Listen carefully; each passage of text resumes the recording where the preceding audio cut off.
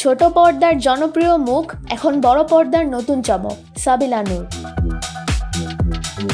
2014 সালে ইন্টার্ন নাটকের মাধ্যমে অভিনয় অভিষেক। পুলিশ অফিসার গোলাম মামা, তারপর কেমিস্ট্রি, ব্যাচেলার পয়েন্ট, রানু ভাই, জোনাকির আলো, একের পর এক জনপ্রিয় নাটকে দর্শকের মন জয়।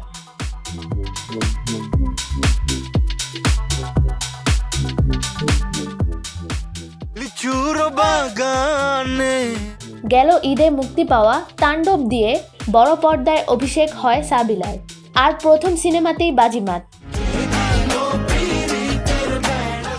দর্শক ও সমালোচকরা বলছেন এই অগ্নি পরীক্ষায় তিনি উজ্জ্বলভাবে পাশ করেছেন।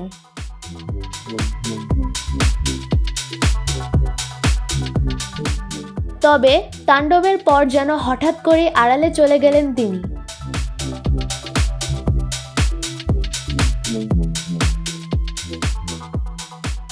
নাটক বা সিনেমা কোথাও দেখা মিলছিল না। দর্শকের প্রশ্ন, সাবিলা এখন কি করছেন?